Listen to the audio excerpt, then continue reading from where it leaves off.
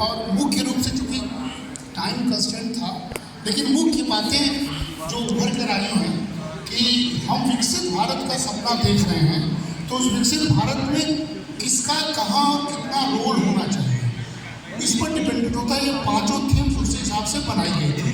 Professor Sharma का जो main thrust था वो एजुकेशन था, और एजुकेशन के साथ साथ उन्होंने कंपोजिट डेवलपमेंट की बात की कि केवल और केवल रोड्स या इस तरह के निर्माण हो जाने से, इकोनॉमिक इंफ्रास्ट्रक्चर के निर्माण हो जाने से भारत विकसित नहीं होगा, बल्कि उसके लिए जो हमारे सोशल पैरामीटर्स हैं, जो सोशल इंडिकेटर्स हैं, उसमें वो भी स्ट्रेंथन होना चाहिए।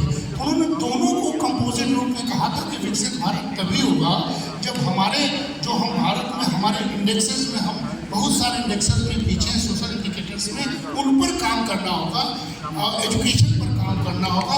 और एक सबसे बड़ी बात जो प्रोफेसर शर्मा ने कहा, वो कहा कि हम रिसर्च जो करते हैं वो किसके लिए करते हैं, वो जो ह्यूज गैप है बिटवीन रिसर्च एंड बेनिफिशियरी, किसको हम बेनिफिट करना चाहते हैं, उस तक वो बात नहीं पहुँच पाती है। यानी इंडस्ट्री तक पहुँच नहीं पाते हैं, इंडस्ट्री से बात नहीं कर पाते हैं, स्टेक होल्डर तक पहुँच नहीं पाते और रिसर्च कर लेते हैं। ये दो तीन बातें जो विकसित भारत के संदर्भ में हमको देखना चाहिए कि quality of education, quality of research और रिसर्च फॉर विकसित भारत का स्टैंडर्ड होना चाहिए।